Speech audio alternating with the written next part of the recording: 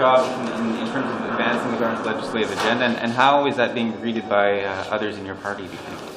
Well, the deal is, it's what we say.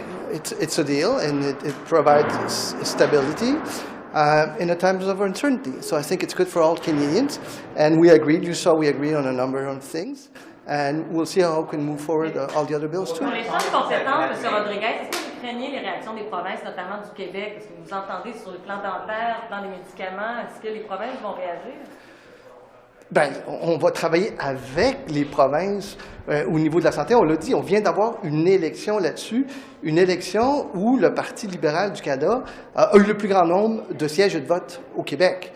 Et on a été très clair sur ce qu'on entendait faire, c'est-à-dire travailler avec les provinces pour avoir un meilleur système de santé. On va les appuyer dans ce qu'ils font. But what guarantees do you have to give the NDP, and in what way does that hamstring then your party?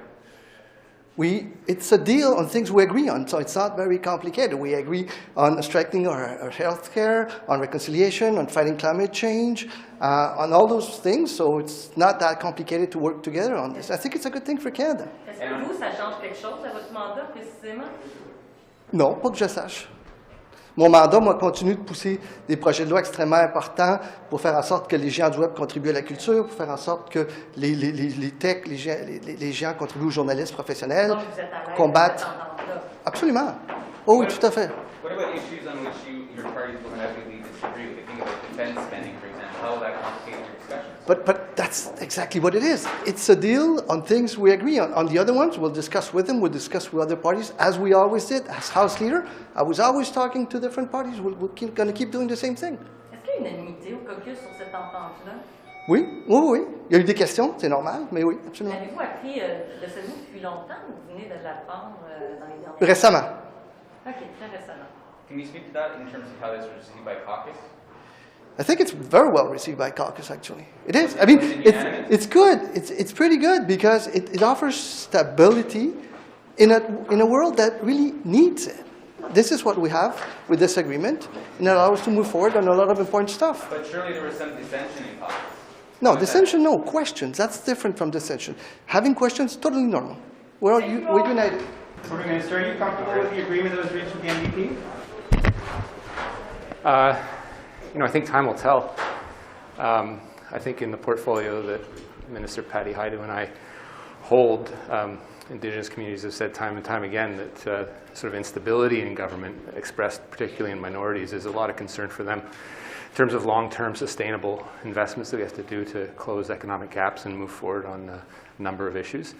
So, in those particular portfolios that I have the honor of serving Canadians on, those are ones where this is cautiously welcome. The NDP, as you know, has been aligned with us on a number of issues. I think all parties need to be aligned on these particular issues in regards of Indigenous populations in Canada. So we'll see. Canadians have said time and time again, we need to be responsible, so this is a responsible step in these times. Vous dites, vous allez voir, vous ne semblez pas tout à fait à l'aise dans C'est pas une question d'être à l'aise. Je suis un membre du Parti libéral. Je sais très bien la position du NPD, puis les députés du NPD qui sont farouchement pour la défense des droits des Autochtones.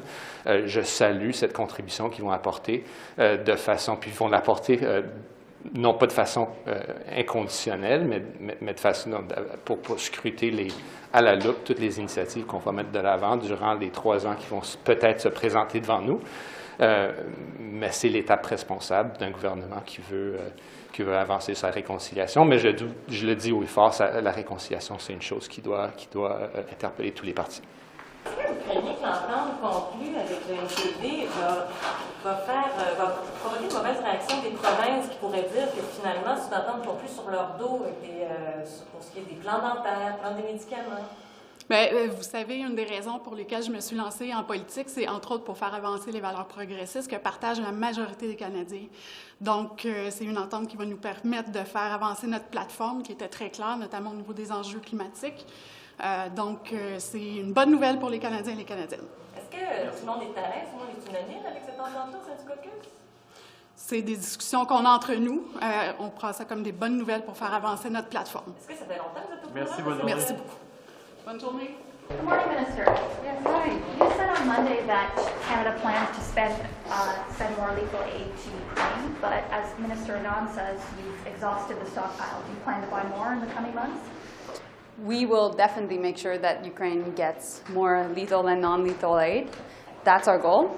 It is our goal also to make sure that Ukraine is able to be better supported by the West, as we will be imposing more sanctions. And why do we do that? We do that because obviously it's to help Ukraine defend itself, but it is also important, while diplomacy is continuing, that Ukraine be in a position of strength at the negotiation table. Est-ce que la réunion de l'OTAN va être l'occasion pour le Canada de faire des annonces d'aide humanitaire ou d'aide militaire? Bien, en fait, il va de soi que le premier ministre s'en va à l'OTAN. Il y aura l'occasion d'avoir des bonnes discussions avec les leaders membres de l'OTAN. Et il y aura plus de sanctions qui vont être annoncées certainement cette semaine. Can we just get that in English, please? So yes, the Prime Minister will be heading to NATO, and indeed there will be more sanctions announced very soon this week. Craignez-vous que l'entente avec le NPD, ça vous empêche d'augmenter peut-être les dépenses militaires pour les prochaines années? Bien, je pense qu'on doit tenir compte de ce qui se passe dans le monde. On a vu ce que l'Allemagne a fait en augmentant son budget militaire. Je pense que les temps ont changé. Le 24 février dernier, lorsque la Russie a envahi l'Ukraine, le monde a changé. Et donc, dans les circonstances, on doit s'adapter. Just on that, how do you think today's deal will affect your government's ability to react to the crisis in Ukraine? This is our utmost priority. It is our priority. It is also our members, like-minded countries' priority, and we will make sure that we continue to work with them. I'll have also more conversation within the G7 with my colleagues, and we've been doing that now since February 24th, pretty much every week. Thank you. Merci. L'entente avec le NPD. Je pense que c'est bon pour la stabilité. Je pense que c'est bon pour la capacité du Parlement de livrer pour les Canadiens sur des choses qui sont prioritaires pour eux. Mais est-ce que vous ne donnez pas des munitions aux conservateurs qui font déjà campagne depuis 2 élections en disant que voter pour vous, c'est voter pour une coalition avec le NPD? Là, la prochaine fois, ils pourront dire en voici la preuve. Ils ont conclu une alliance pour gouverner ensemble. Mais les conservateurs passent leur temps à se chicaner entre eux autres. Ils ne sont même pas capables de s'entendre entre eux. Alors pour eux, de comprendre que deux partis peuvent s'entendre, ça dépasse l'entendement. Oui, sauf que est-ce que vous ne leur donnez pas des munitions pour la prochaine élection? Non, ce qu'on fait, c'est qu'on démontre qu'il est possible de s'entendre sur des choses qui sont importantes, de laisser de côté la partisanerie pour mettre de l'avant des programmes qui sont importants pour l'ensemble des Canadiens. Merci à vous. On the from more conservative side, lots of saying this is a backdoor coalition. The Prime Minister saying the Liberal-NDP is to combat partisanship. Where do you see things going forward from here? It seems like they're all on the right, more just staying entrenched in their views. The Conservatives can't even agree inside their own party, so I don't expect them to understand that it's possible to have agreements between different parties. This is good for Canadians. This gives some stability to this Parliament and allows us to deliver for Canadians. For your average Conservative voter, especially people out in Western Canada, and maybe looking at this and saying like, oh, this is a political nightmare scenario. How do you try to reach those people who already aren't that big a fan of it? By delivering on things as important as cost of life, fighting climate change, better health systems.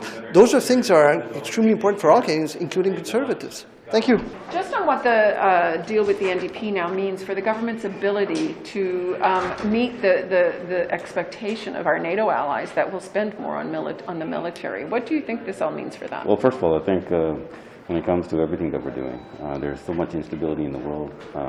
Having the stability inside in Canada, I think is very important. When it comes to our commitment to NATO, we've been very clear about this. If you look at the defense policy, the 70% increase, and from the time that we had started in 2015, the battle group that was in Latvia, the air policing that we did in Romania, this was all the step of making sure that our commitment to NATO was fulfilled. And the commitment towards going greater increasing, we had already put that in the defense policy, and Minister Anand has been working very hard on the next steps of this. clearly what's taking place within Ukraine is making us also, all of us, to realize what more that we need to do, and Minister Anand will present a plan towards the next steps. Jagmeet Singh says he doesn't think we will arrive at the 2% target, nor should we, that we should just spend on international development and humanitarian aid. Do you agree with that? Well, first of all, international development is important. However, it is very important right now, a strong deterrence is needed. And something that we've outlined in our defense policy when we formed government in 2015, that deterrence posture is important. So when it comes to the investments, it's not just about getting to a certain target. It's about what capabilities are required for the threats that we are dealing with. And that's what Minister Anand will be working on. And just like we did with the defense policy, put a plan and a contribution in place that makes sense, and more importantly, that has contributions as part of, in support of NATO, exactly what we have done before. So we're not going to okay, thank you. We're not hitting it, eh?